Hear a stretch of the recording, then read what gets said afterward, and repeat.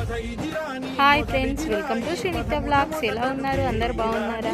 ఈరోజు అయితే మేము మా పొలంకి మందు స్ప్రే చేయడం జరుగుతుంది. చూడండి, ఇది వచ్చేసి నారుమడి. ఇక్కడ ఈ పొలానికి సరిపోయేంత నారును మొత్తం ఇక్కడే అలకడం జరిగింది. సో పొలం అంతా బాగానే ఉంది, ఇక్కడ మాత్రం సరిగ్గా రాలేదు. చూడండి ఫ్రెండ్స్, మొత్తం ఎర్రబడిపోయింది. దీనికి కొంచెం మెరుగు ఎక్కువగా తగిలితే ఇది కూడా కవర్ అవుతుంది. సో మందు స్ప్రే చేయడం చూడండి, మార్నింగ్ వచ్చాం, మార్నింగ్ నుండి అలానే స్ప్రే చేసుకుంటూ ఉన్నాం. సో వాతావరణం మాత్రం చాలా బాగుంది. స్వచ్ఛమైన గాలి, పచ్చటి పొలాలు చాలా బాగున్నాయి. సో అందరూ మాట్లాడతారు కదా, పండించే వాటికి ఇంత రేటు అంత రేటు అని. ఎంత కష్టపడాలో చూడండి ఫ్రెండ్స్.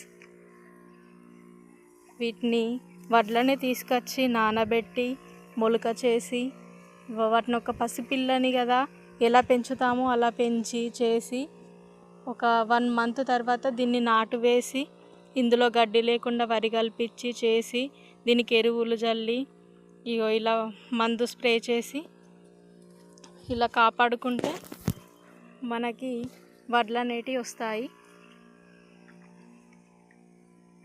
చూసారు కదా ఫ్రెండ్స్, ఇంత ఎండలో ఎలా కష్టపడుతున్నాము. రైతు గురించి చెప్పినంత ఈజీ ఏది కాదు మాటల్లో. ఏది కానీ కష్టపడితేనే దాని విలువ తెలుస్తుంది. సో ఏసీలలో కూర్చుండి టేబుల్ పైన పెట్టుకొని రైస్ తిన్నంత ఈజీ కాదు అది మన చేతికి రావడం. రైతు ఇప్పుడు నాటు వేసిన కాడ నుండి ఆ వడ్లు చేతికొచ్చి ఆ ధాన్యం అమ్మేదాకా అతని చేతిలో ప్రాణాలు పెట్టుకొని ఉంటాడు.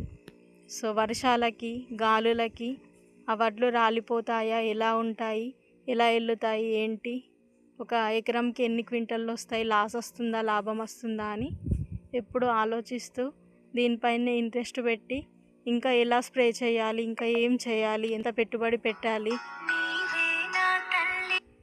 అని చాలా కష్టపడతాడు. సో చూడండి ఫ్రెండ్స్, ఇది మాత్రం మా పొలం. మాది మొత్తం 3.5 hectares. సో మొత్తం పొలం వేసాం. సో ఇంకొక 3 hectaresలో మేల్ ఫీమేల్ కూడా వేసాం. అది కూడా ఎలా ఉంటుంది, ఏంటి, ఎలా వేసాం అనేది మీకు నెక్స్ట్ వీడియోలో చూపిస్తాను.